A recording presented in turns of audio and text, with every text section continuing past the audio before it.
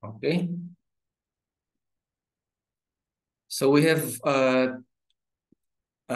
two different lectures for today. No, one will be delivered on your time slot, and the other will be delivered on the next time slot after this. No, so if you could still attend, please do so because I have provided you the link.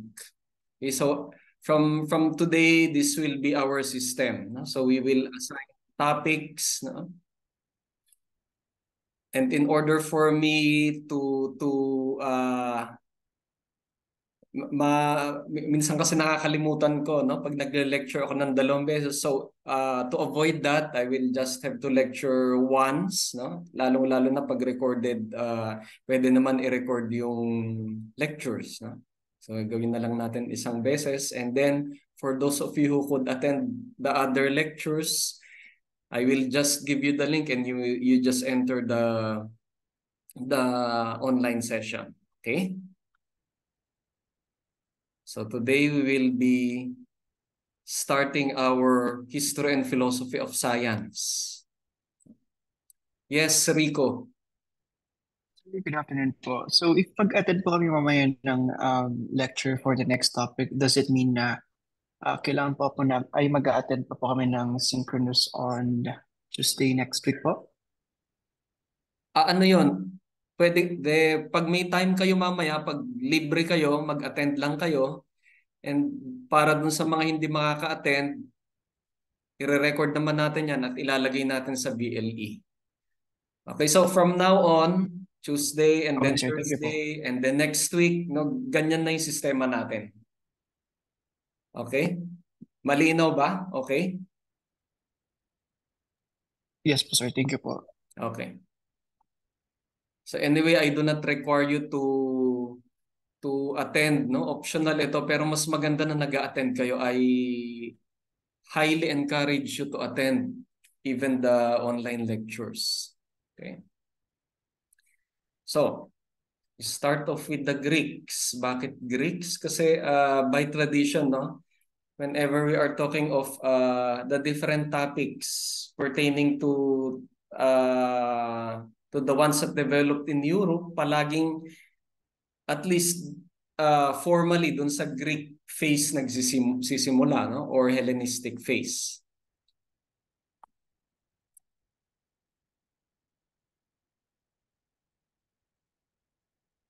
Okay, so can you see my slides? Nakikita ang slides ko? Yes or no? Yes po. Okay. So I hope malinaw, no? So these are original pictures, no, that we have taken. So the previous one was in Terra, the island that we call Terra or Santorini, and then this one is in Athens. So yung Athens noon, no, this was only the Athens during the era of our famous Greek philosophers, no? Yan nakikita nyo sa harap. Yan parang merong amphitheater dyan. The rest, the built-up area that you see in the background, hindi pa ganun kalaki ang Athens, no? Wala pa yan nung time nila Aristotle, nila Plato, at saka nila Socrates. Okay? So this was the downtown of Athens during that period. So Greek and Islamic intellectual traditions gave rise to the scientific thought that developed in Europe. Okay, which later on, well, we are sharing this heritage, and that later on developed into modern science, the science that we know of today. Okay, hindi lang naman din Greeks ang nandyan, no? Even during the Iron Age or the Metal Age in Europe, meron na rin namang mga activities that we can call as proto-scientific, no? Or the ones that may have been contributory to the growth of reasoning or logic and scientific thinking. But of course, because we are partial to written works, no, to the written record, we usually refer to the time of the Greeks as the starting point, no? So what did the Greek territories like during that time? So as you can see, no, I have a map here, no, which I have shot, no, from a globe puzzle, the ones that the one that I have here, and the areas during that time, no, in Europe, which had a more a higher civilization, was the ones in the Mediterranean region, especially the ones in the Eastern Mediterranean. If we are referring to the earlier part of the first millennium BCE. Okay, BCE. Are you familiar with the terms BCE at saka CE? I think you are more familiar with BC and AD. Okay, BC and AD, because when we talk about history, we will always refer to these terms. Okay? So BCE means before Common Era. Okay, ito yung dating before Christ na BC. So BCE is before Common Era. Samantalang yung CE is Common Era. Yung CE ngayon, yun yung AD dati. Yung AD na palagi natin ginagamit. Although, even today, there are still scholars who are using AD, no? Or even other professionals like journalists, ganyan, no? Or writers. AD pa rin, no? AD stands for Anno Domini, the Latin for the year of the Lord, no? Kaya Anno Domini. At yun ay pinalitan natin ngayon ng CE, no? To detach ourselves from being ethnocentric or religiocentric. Okay, so Common Era for the AD, and then before Common Era for the before Christ. And then we also have BP. BP stands for before present, years before present. And this is usually utilized for time, no, that would have a longer duration, no? Or if you want to refer to more remote periods in history, like for example, many thousands of years, then we use BP or before present. If you want to refer, for example, to the Old Stone Age, usually say halimbawa 10,000 BP or 20,000 BP. No? It is tedious to use BCE, no, for those chunks or segments of time. Okay, so balik tayo sa Europe. No? During this period, in the 6th century BCE, the societies that were already organized into states, no? In this case, city-states, are the ones in the Mediterranean region. But in Asia, there were already many states, no? Big ones at that sometimes, no? During that period. Okay, so Greece was not yet organized into a whole political entity or country, but these were made up of city-states that show Greek or Grecan culture, no? So city-states like Athens, like Miletus, ano pa, Sparta, and so on, no? Marami sila.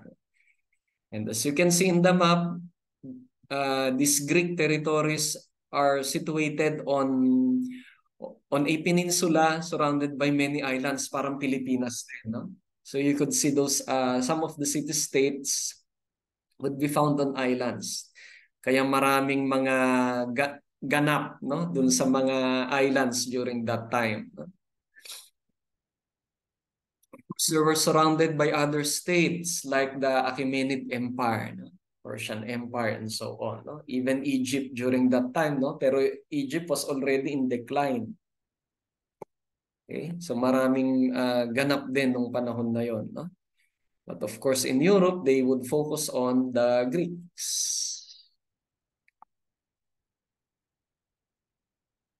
When we speak about our classic Greek philosophers, who are referring to the classical Greek era, okay, or the era of classical Greece,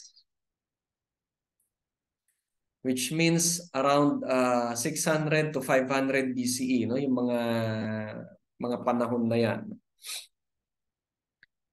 So during that time, hindi lang naman sila Socrates, sino pa yung mga alam niyo na philosophers, Plato and Aristotle, yung mga philosophers, marami sila. So for our purpose, no, because we are discussing something about science, we zoom in on the relevant personalities like Thales of Miletus. Miletus is situated on the Turkish side of this of Greek civilization. At that time, part of Turkey was also within Greek culture. Okay, actually the two, no? Turkey and Greece share the same culture. No?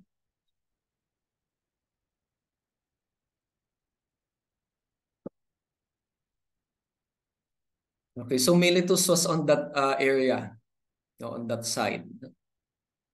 According to Thales, the world, no, is composed of water, which is the single fundamental substance. Another philosopher by the name of Anaximander would say that there is a single fundamental substance comprising all things, but it is not really water. Some, like Anaximenes, would say that it is composed of air. So some would say it is composed of water, some would say air, others nag-aalangan, no? But then they are definite that among the many things that compose our material universe, these things could be composed of some undivisible component.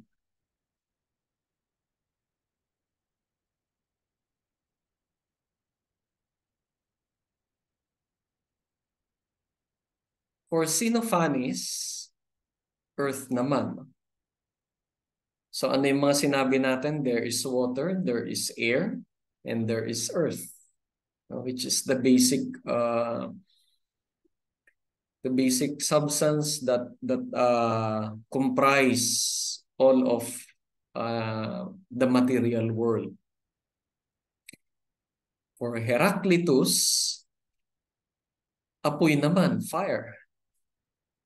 Kung napapansin nyo, no, yung mga philosophers natin nakatira sa iba't ibang parts ng Greek civilization. There are some who would be living in parts of Turkey, which is because it was under Greek civilization during that time. Okay, they were also Greeks. The people who were living in the coastal part of Turkey, no, the western side of Turkey during that time. So there were colonies in Miletus and Ephesus. No, Ephesus is also the place where the evangelists, no, Christian evangelists went to after receiving teachings from the Holy Land, no, or from Palestine. Sa Ephesus, which is also part of Turkey. And then there is Empedocles of Sicily. Okay, so many parts of the Mediterranean at that time was also colonized by the Greeks. But when we say colonized, we do not mean whole states. No, they established whole states. No, not like that. They established villages and towns along the coasts. So as far as southern France, ganyan yung sitwasyon ng mga panahon na yan. Even Spain, coastal Spain. Okay, so meron kang earth, meron kang fire, meron kang air, ano pa yung sinasabi? Meron kang water. The other philosophers would have some special ideas like Democritus and all matter are composed of atoms, no? Pero hindi ito yung atoms na alam natin ngayon. They are basic indivisible particles. Okay? And then some would also describe this as tastes, no? Sweet exists by convention, bitter by convention, etc.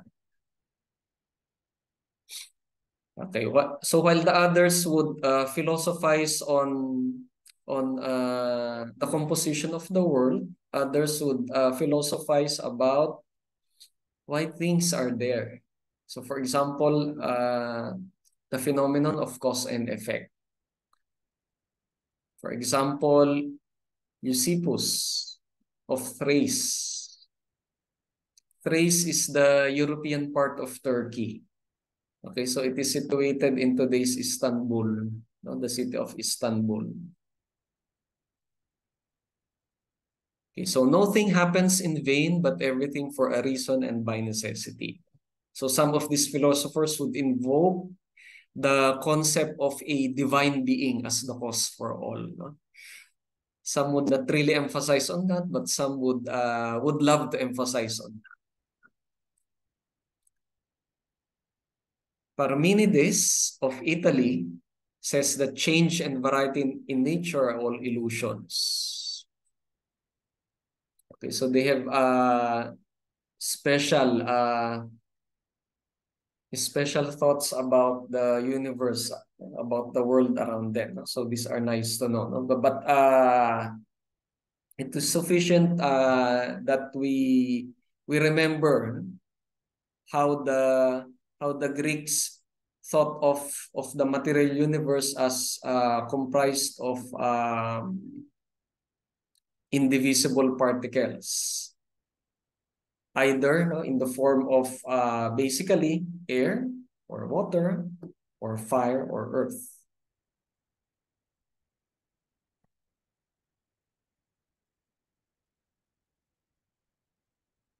Okay, so now we go on to other parts, no, of the things that we are talking about science. No? When we come across the Pythagoreans, we immediately think of mathematics, no? Dahil dun sa Pythagorean theorem. But really, the Pythagoreans are a group of people. No? Some would say it is a cult founded by a person named Pythagoras. No? Now, kung sino si Pythagoras, hindi nila masyadong makilala. No? Pero ang alam nila, merong grupo na ang central personality na sinusundan nila ay isang tao na ang pangalan ay Pythagoras. Okay, it was said that he is a native of Samos Island and emigrated to Croton around 530 BCE in the central Mediterranean. So this group, no, has its own belief system, and this could be the reason why some scholars are calling this as a cult. So they believe in the transmigration of souls. So for example, reincarnation or the transfer of souls to an afterlife. And then they have white robes and avoid certain food. So for instance, they avoid beans because the beans look like fetuses. And as expected, they are fond of mathematics. No? So they think they thought that mathematics, no, were the principles of all things.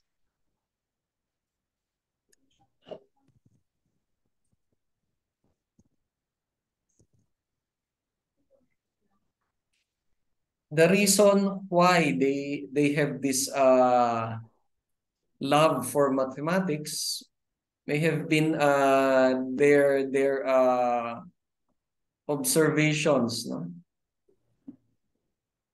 of the things around them. Halimbawa, yung mga regularities, no, the regularities, the patterns in phenomena like music. Music, for example, has a pattern.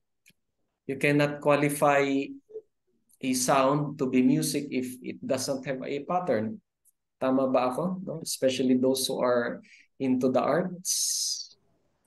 Okay, you cannot say that a series of sound or sounds would be music if they do not have regularity.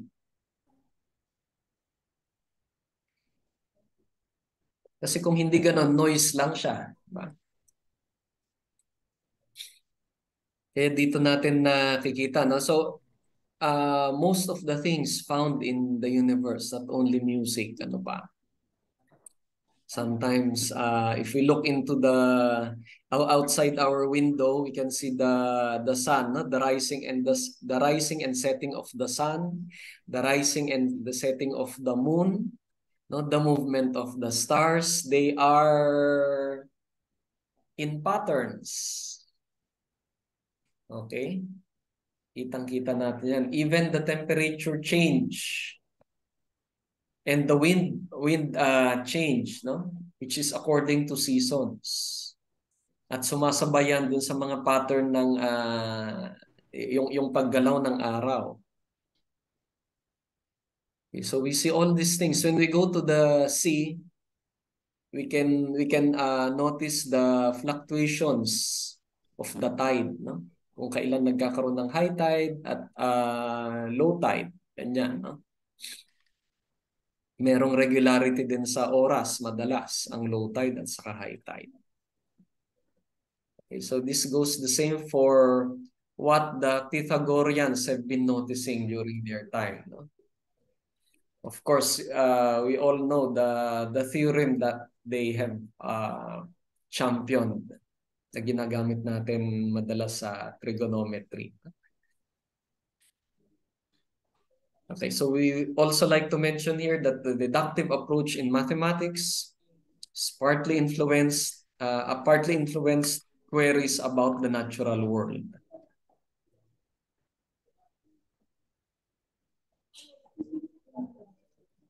Okay, at this point, do you have any questions or things to clarify? Malinaw ba yung mga sinasabi ko? Okay. If none, let's continue.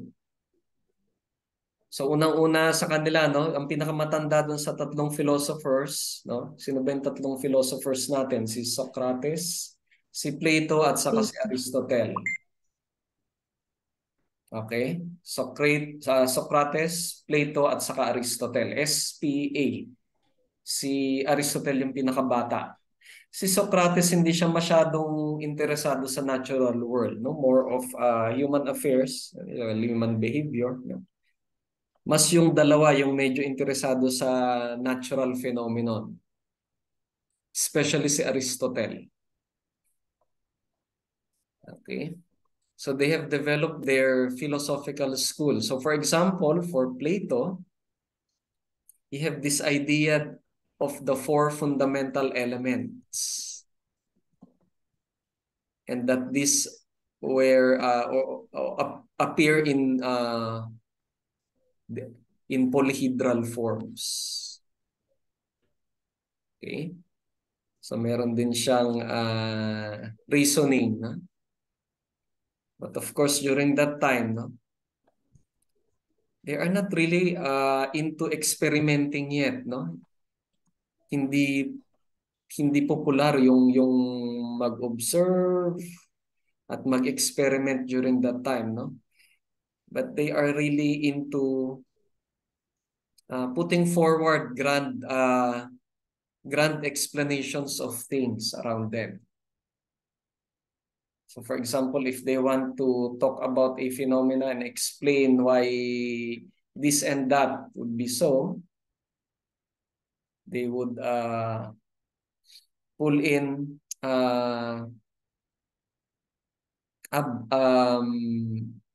big explanations, no?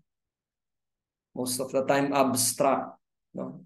Abstract explanations of things in order to tell how and why phenomenon is that way or was that way.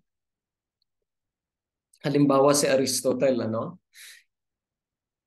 He suggested that the things that you find around. So for example, the dog that you have there, no? That is just a representation of an ideal form or an ideal dog located well, somewhere else. Hindi niya sinasabi kung saan yung ideal form ng dog na yon. And that goes the same for everything, people included. Okay. In Christianity, di ba, we have this concept, no?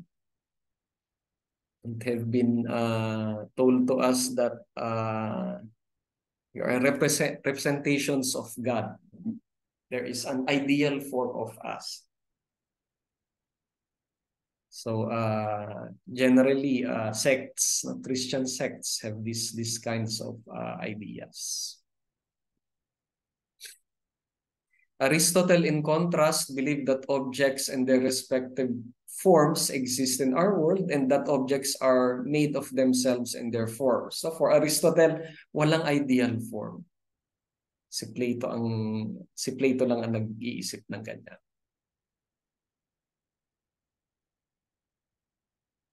Okay? So we now go to Aristotle. So he was born in Macedon and then moved to Athens to study in the school founded by Plato. Yung mga pinag-aaralan ni Aristotle noon ay galing din dun sa mga itinuro ni Plato. And after that, he went to an island called Lesbos, no? In the Aegean Sea. Yung term na lesbian, diba? Lesbianism ay galing sa island na ito. Sa pangalan ng island na yan. So in this island, he practiced, no, the activities that we now call observation, no? Empiricism, no? Observation, no? using the senses. Aside from that, he was also into categorizing, no, or classification. In the sciences, we love that, di ba?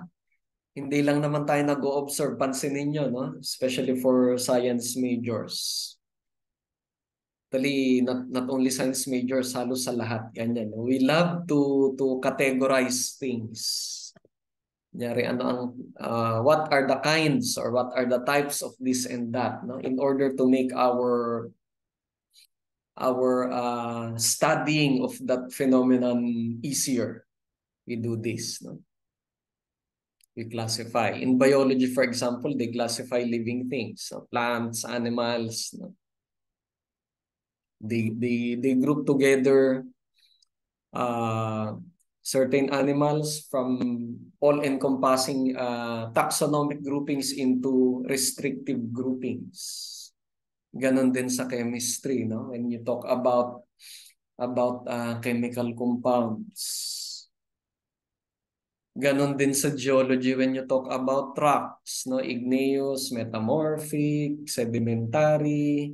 When you move into the social sciences, ganon din, no? Types of behavior, no? They classify this and that. Okay. So in 343 BCE, he was requested by Philip II to return to Macedon to be the tutor of his son, Alexander the Great, who would soon be emperor, no? Emperor of all Greek territories, no? For a short period of time only. And then after that, no, nung namatay nung naglaho yon, no? Nung namatay si Philip II, bumalik siya sa Athens.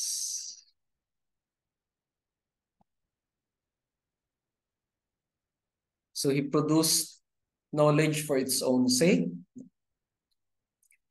And then he saw things as serving a particular purpose. Okay?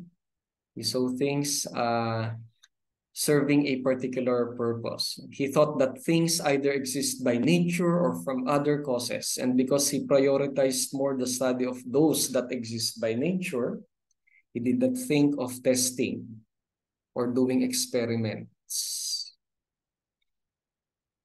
Again, he also thought of the composition of the world, no? So in addition to the four basic substances, there is a fifth, which is ether. Especially, well, most especially, he suggested that it filled the space above the moon's orbit. No? In other cultures, ether is also referred to as space. No? Space or ether. No? So that is the fifth. So we have fire, earth, air, water, and then the fifth one is ether.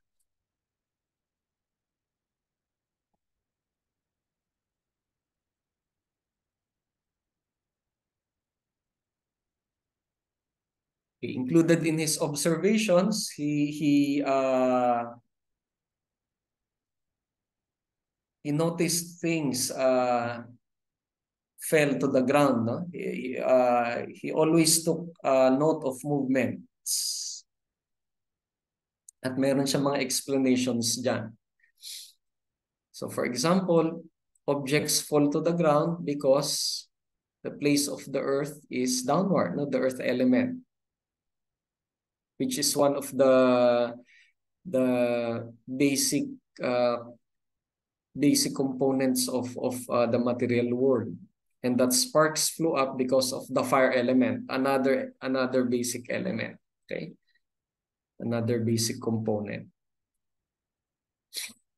So for motions, he suggested that they have causes. So according to him, there are four causes.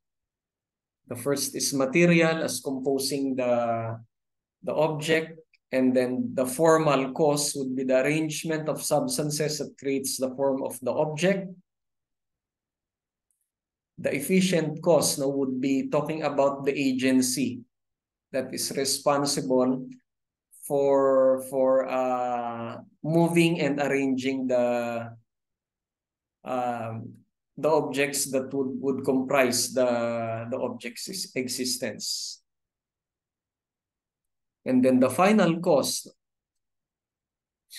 the object's purpose by which the object's existence is rationalized. Okay, so most of the time we are looking here into the ultimate cause, no? Or he is referring to the ultimate cause.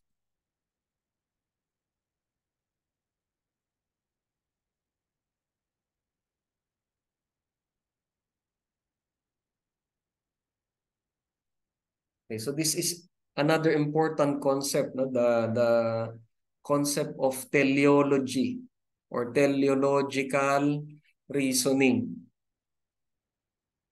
An object's motion is caused by another motion, for example, which in turn is caused by another until you get to the ultimate cause of all, which is God. Okay, so doon pumapasok yung isa sa mga hallmarks, no, ng medieval philosophy natin. Because a big part of that is formed by Christian philosophy, medieval European philosophy. Not only Christians, but also Muslims carry this teleological reasoning.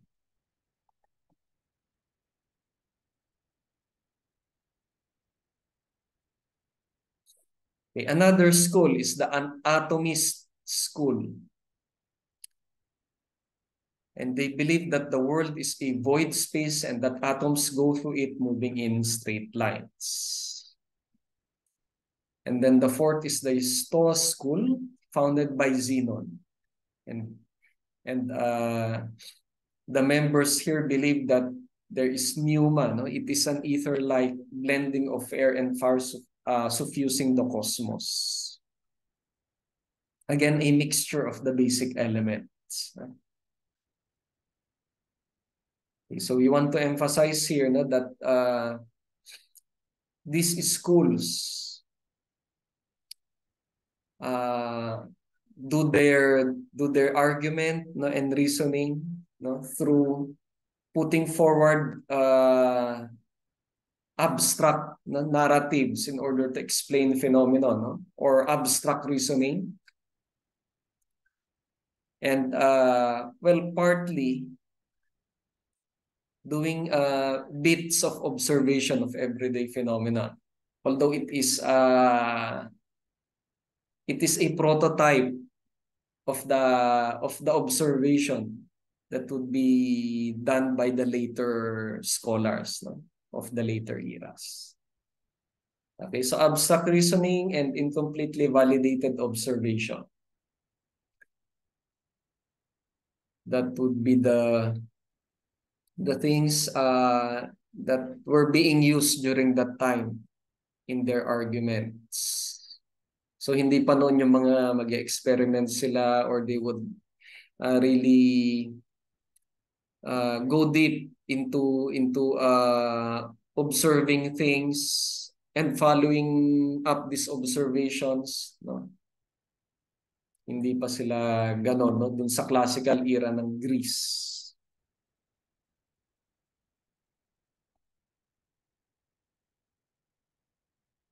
When we move on to the Hellenistic era, no? The Hellenistic era is that phase of the Mediterranean civilization, where Greek culture has been spread over a wider area, not only of the Mediterranean, but of Northern Africa, of Western Asia, and also of the southern half of Europe. Okay, ito yung Hellenistic era. Bakit kaya nangyari ito? Or paano nangyari ito?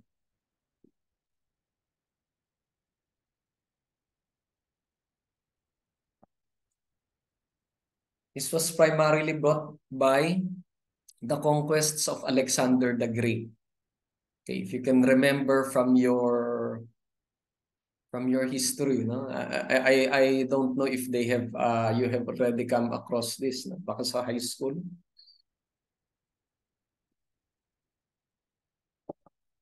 So Alexander the Great binded the many city-states of Greek civilization, no? And incorporated this into one big empire, no? Including the other civilizations, Persian civilization, even reaching India. Okay, today's Pakistan, no? So the Indian subcontinent. Also a part of Northern Africa. Okay, so this was at that time integrated into what we call Alexander's Empire, and this ushered in the Hellenistic era. Okay, so at this time, Greek culture was already mingling with the other different cultures, no? It was short-lived. No? The empire was short-lived, but the influence of the Greek lingered on. Okay, so for example, nung bumagsak na yung empire ni Alexander the Great, nagkawatak-watak yan, no? There were many states, no? Smaller states and countries that were formed. Among them was the Ptolemaic kingdom. Ptolemaic kasi these were ruled by leaders called the Ptolemies. Ptolemy I, and then yung successor niya, Ptolemy II, Ptolemy III, and so on. Okay, kaya tinawag na Ptolemaic Kingdom. And this is not really indigenous Egyptian anymore, but it is already Greek, or it was already Greek at that time. A city was established there. This was Alexandria, named after Alexander the Great. So it was a great city at that time, and it rivaled Athens. So during this phase, many things happened in terms of science and technology. Many of the scholars from Athens have been moving into Alexandria in order to take advantage of what has been going on there. Dan natin sila, no?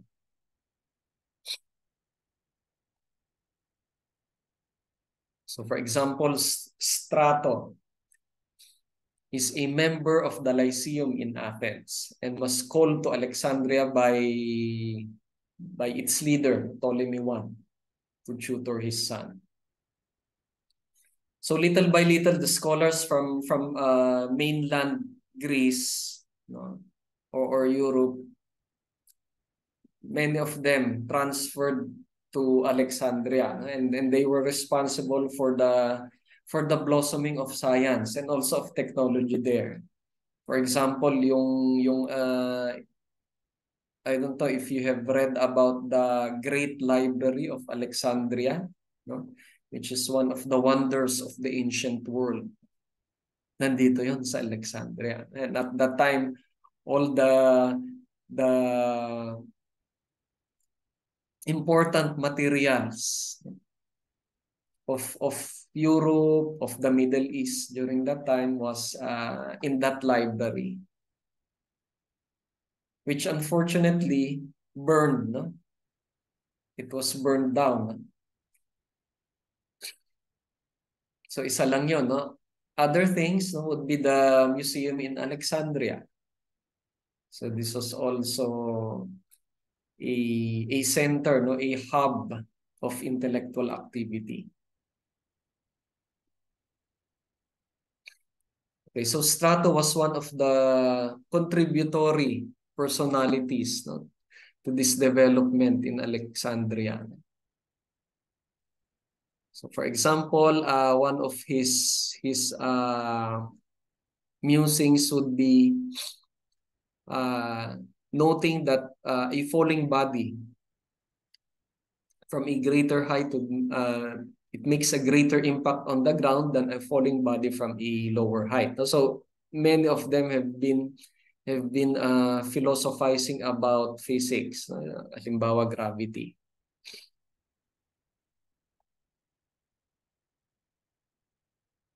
There were other philosophers like Eusebius, who invented a water clock. Philo of Byzantium, no? Byzantium is the European part of Turkey again, no? Yung Thrace na sinasabi ko, no? That was Byzantium. Today's Istanbul. Okay, so it was also part of Greek civilization. So he argued experimentally that air is real by explaining that in an empty upside-down bottle submerged in water, water cannot enter the bottle unless a hole is made at the other end of the bottle. Okay? So if you can remember yung Eureka, no? 'Di ba yung sino ba yung pumunta dun sa bathtub, no? Ito 'yun, no? May kinalaman dito sa mga musings na ito, no?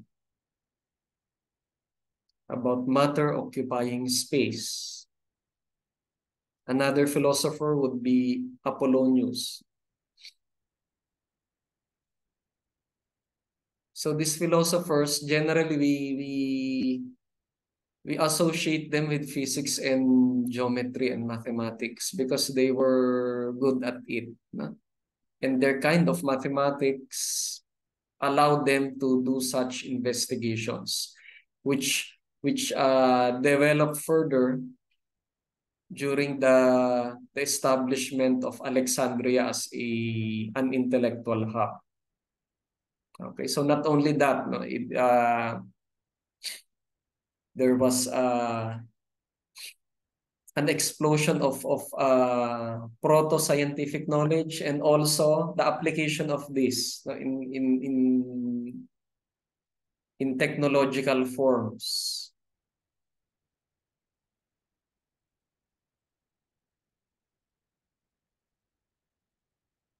Okay, Euclid, geometry again.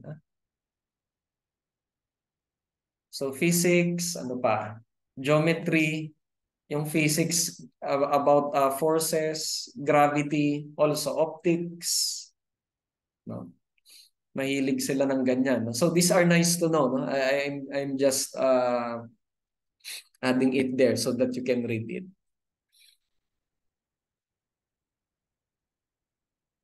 Okay, so si Euclid and then Hero of Alexandria.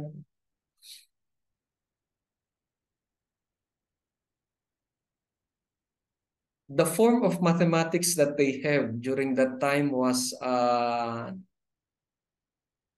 arithmetic at saka geometry. Okay. Yung mga higher level mathematics, no, algebra, trigonometry calculus, mukhang hindi sa kanila yan. No? That will still come from the other civilizations no, in Asia, like in Southwest Asia, in India. Okay, manggagaling sa kanila yung mga yan. Kasi yung mathematics ng mga Greek ay limited lang.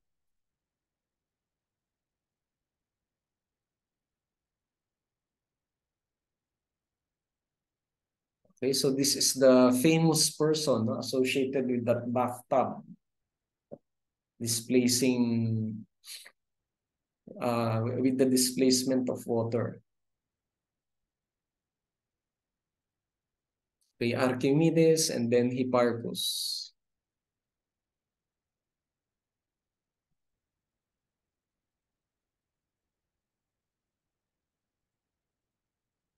Also, Claudius Ptolemy. Claudius Ptolemy, I think, is not really related to the rulers of the Ptolemaic kingdom. So he was an astronomer and he developed the Earth-centric model of the universe. So if you have noticed, yung mga madadaling mapansin no, na phenomenon, yung madadaling makitaan ng patterns, yun yung unang nag-develop nung time na yon. They were the ones that were well studied by these people. Whereas others like medicine, no, that will progress slower because of certain restrictions to it.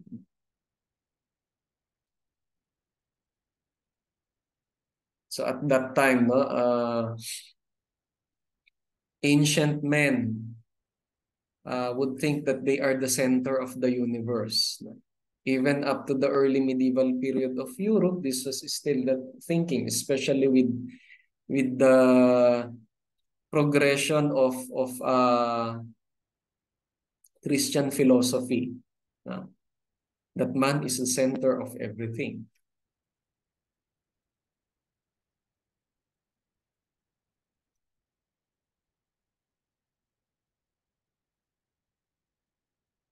When it came to the issue about science and religion,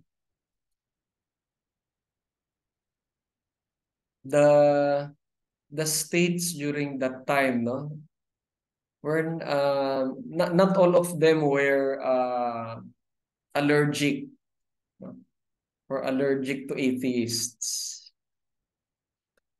So as long as these philosophers and thinkers as long as they did not disturb the status quo, no? Or disturb what the politicians were doing at that time. They were left on their own, doing their musings and philosophies. Okay, so kung atheist ka, okay lang yun. No? If you believe in God, lalong okay yun. Kung may ibang religion ka, okay lang din yun. No? As long as you do not disturb the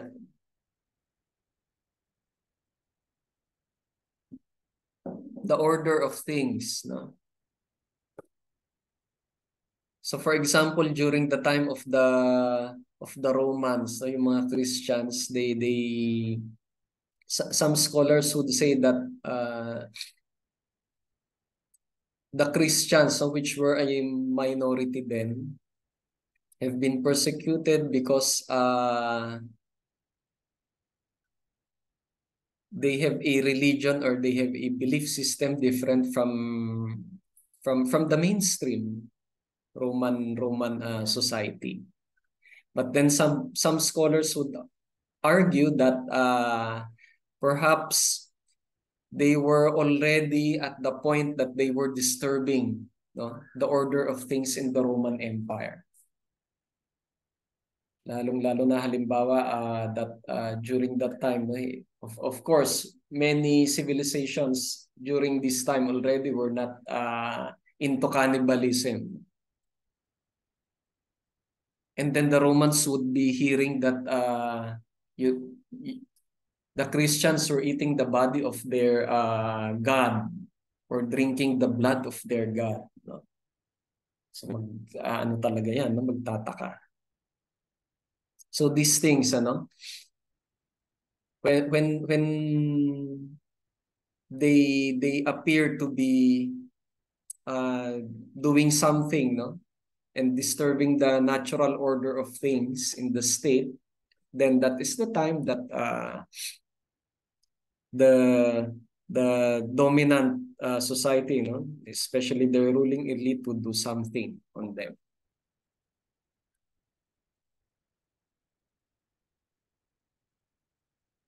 Okay, so please take note that the Roman period is also within the Hellenistic period, no?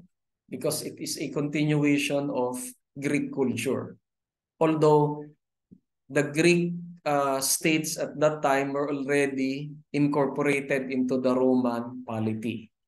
But again, yung foundations ng Roman culture, malaking bahagi nun ay Greek. Okay, kaya we still consider it as an extension of the Hellenistic period.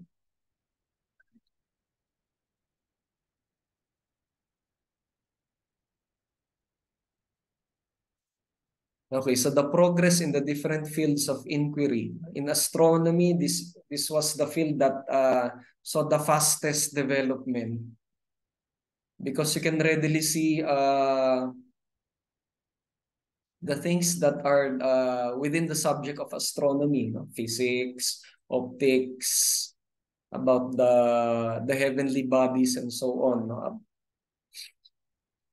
While for medicine, may mga restrictions kasi yan.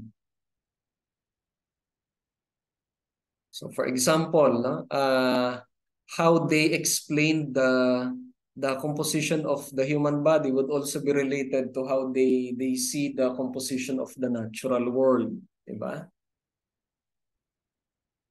So these basic elements of the natural world, fire, earth, water, air, ether, these were also having representations in the human body in the form of blood, phlegm, bile.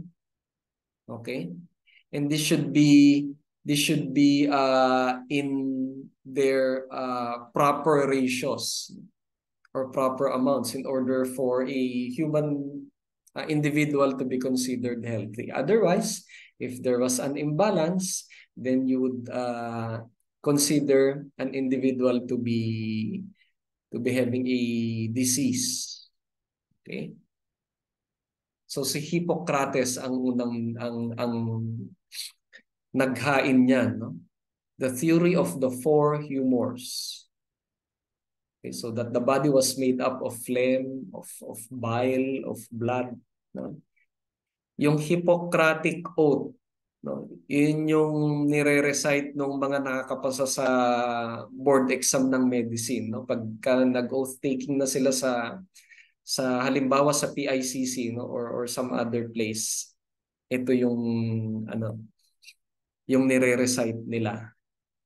Okay, yung Hippocratic Oath. Galing kay Hippocrates. Okay, so during that time, no, hindi pa ganun ka-advance yung medicine, no, kasi maraming restrictions. Yung isang mahalagang issue dito halimbawa ay yung restriction tungkol sa pagdadissect ng tao. Dissection of a human body or a cadaver. Okay. Kasi nga naman they thought of the human body as a special object or a possession, no, that derives from the divine. Okay. Therefore, you should not tinker with the human body. You should not desecrate the human body through dissecting it. Although later, no, may dumating ang panahon no, nung Hellenistic era again. No? So, better things were happening during the Hellenistic era as compared to the classic Greek era. So, more open-minded. No? Nagiging mas open-minded yung mga tao no? Especially the leaders. And for example, Ptolemy, the emperor of Ptolemaic Egypt, brought out an edict allowing the dissection of corpses. No? Corpses of executed criminals. Okay, even in our medical schools today, ganun din naman, no? Madalas, sino ba yung mga bumubuo ng mga bangkay na dinadissect sa anatomy room?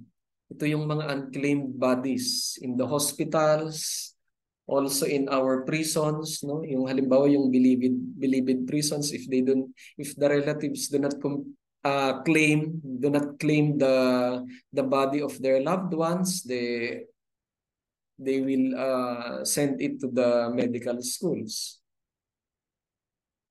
Okay, so this was also the case at least during this period. So there was a physician, no, by the name of Herophilus in Alexandria. No, he studied about the blood and also about diagnosing illnesses. And of course, he benefited from the what Emperor Ptolemy, no, allowed during his time, the dissection of corpses.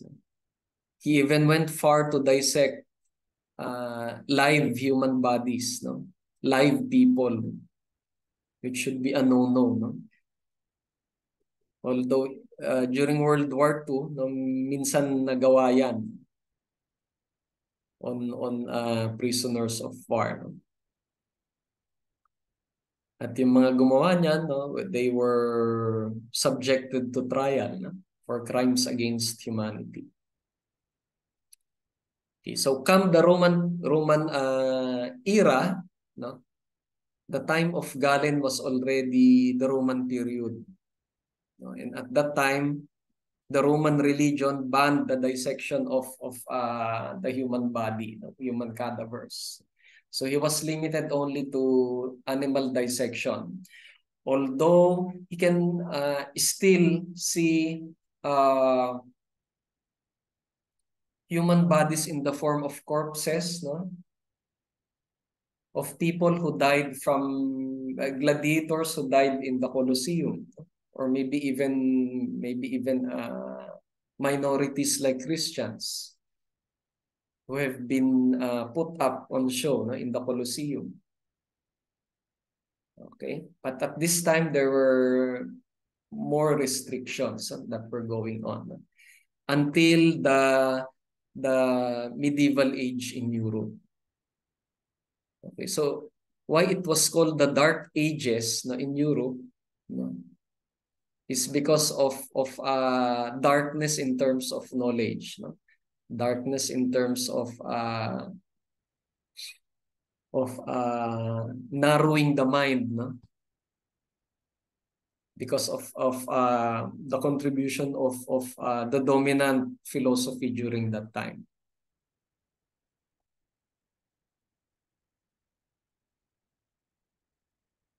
Okay, so we reiterate that the thinkers of the classical Greek era generally did not bother to verify their speculations. And with regards to math, the primary form of mathematics was arithmetic.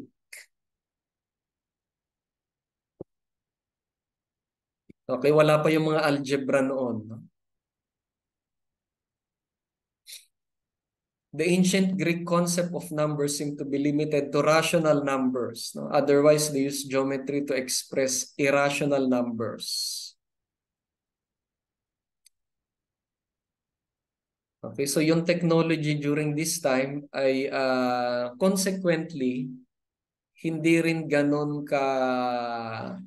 karami, no? As compared to the other civilizations who had other forms of mathematics. Although in their own, no, the Greeks have done quite well.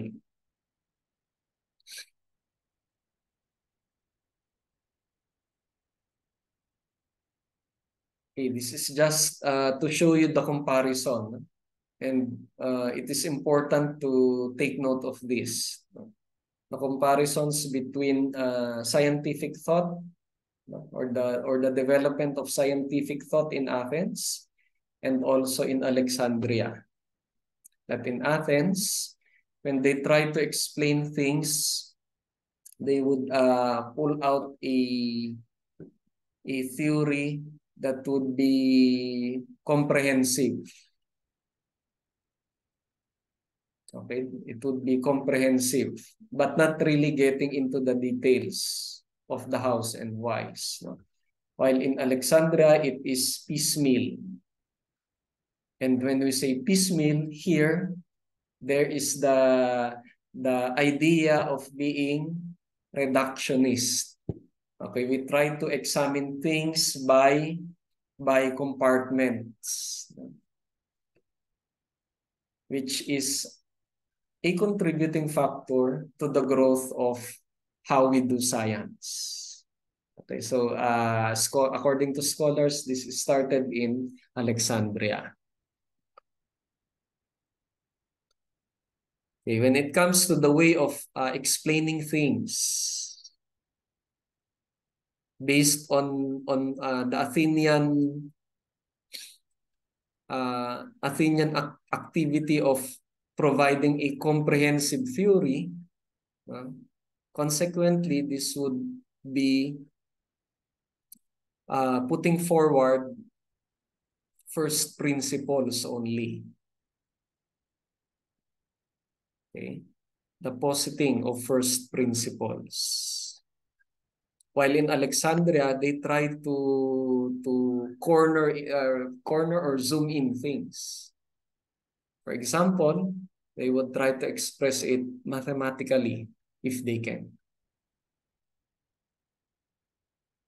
A more advanced form of mathematical expression, no, than the ones being done by the Pythagoreans or during the time of the Pythagoreans.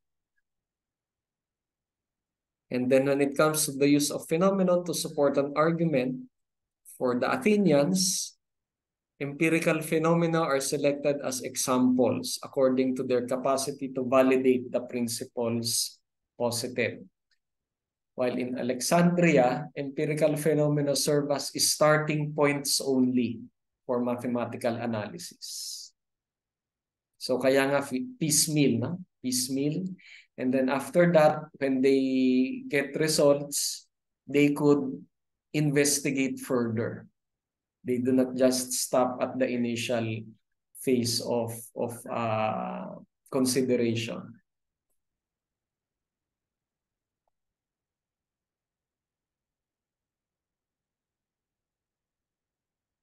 In Athens, there was a solid grasp of reality, depending on your school. No? A reality that would be explained by the dogmas that are being utilized by the school you are part of. Okay, ganyan yung ibig nating sabihin ng solid grasp of reality. Generalized. While in Alexandria, there are many possibilities. They just do not stop at the initial phase, but there is a branching attitude, no, of investigation.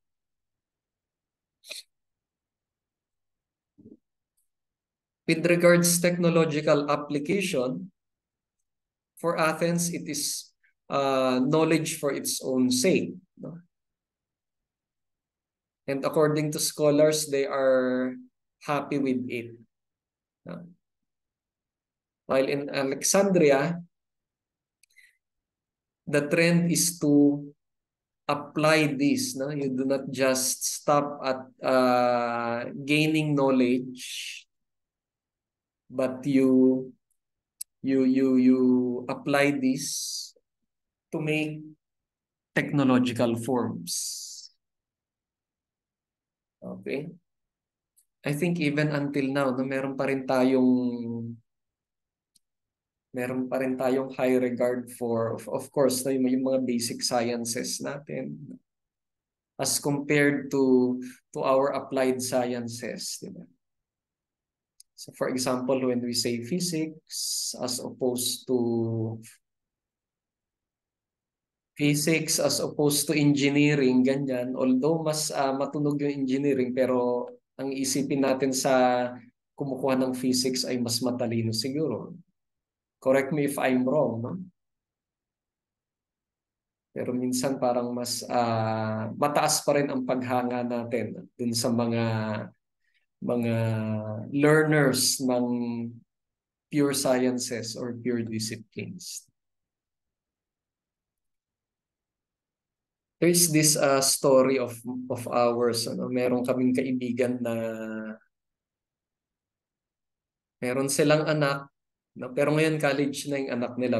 But when the son was young, and then they were asking the son, anak, ano yung gusto mong maging paglaki? And then sinasabi nung anak, gusto ko pong maging scientist. I like to be a scientist just like my daddy. Just like my daddy, no? Kasi yung daddy ay nagtuturo ng physics, no? So, physicist ang tatay, no? Nasabihin nung nanay, anak, ako scientist din naman, no? I am a food scientist, no? Hindi nga lang masyadong well-known yung discipline ko. Siguro well-known yung pag sinabi mong chemist or maybe biologist, but a food scientist which is an applied which is an application of the knowledge from the different sciences, hindi masyadong sikat. So yung ganitong mga attitudes, kung minsan meron pa rin tayo nito. Okay. But eventually, I think yung anak nila ay, I don't know. I think he became a geologist instead. Became a geologist. Okay. I think that is the last slide. Do you have questions? Questions?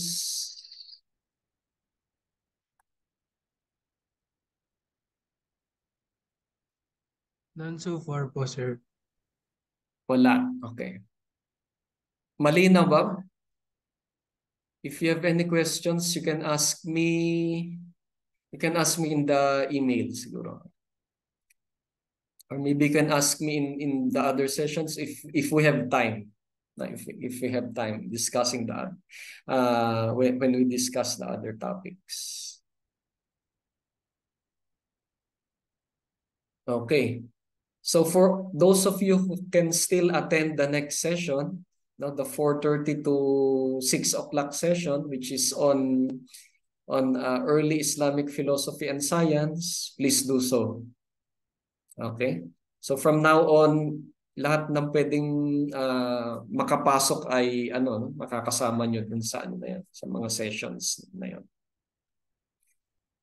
And for our groupings, I will be sending announcements maybe tomorrow about the groupings. I will be showing you the groups and will be asking those of you who are still looking for groups, no? If you would like to be part of that group, and also I will be asking the group if they would like to accept you. Okay? Sige, if you have no more questions, I will see you again, no, in the next lecture, and ingat palagi. Okay, you may leave the session now. Thank you, sir. Thank you, sir. Thank you po. Thank you, sir.